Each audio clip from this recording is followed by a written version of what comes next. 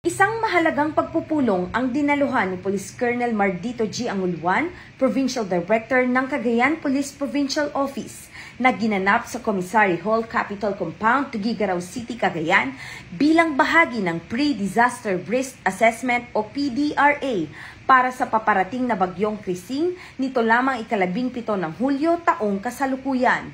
Nagtipon-tipon sa nasabing pagpupulong ang mga kinatawan ng iba't ibang ahensya ng gobyerno kasama na ang mga opisyal mula sa lokal na pamahalaan at mga kinatawan ng iba't ibang mga barangay. Ang PDRA ay isang mahalagang hakbang upang matiyak ang kaligtasan at kapakanan ng mga mamamayan sa lalawigan.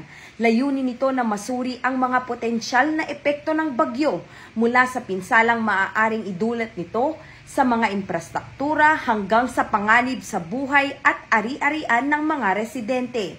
Sa pamamagitan ng masusing pagsusuri, makakalikha ang mga kinauukulang ahensya ng mas epektibo at maayos na plano para sa paghahanda at pagtugon sa anumang sakuna. Ang pagdalo ng Cagayano Cups sa PDRA ay isang patunay na ang ating kapulisan ay nagsusumikap upang maprotektahan ang mga mamamayan nito lalo na sa panahon ng mga kalamidad. Ito ay isang hakbang tungo sa isang ligtas at maunlad na Cagayan.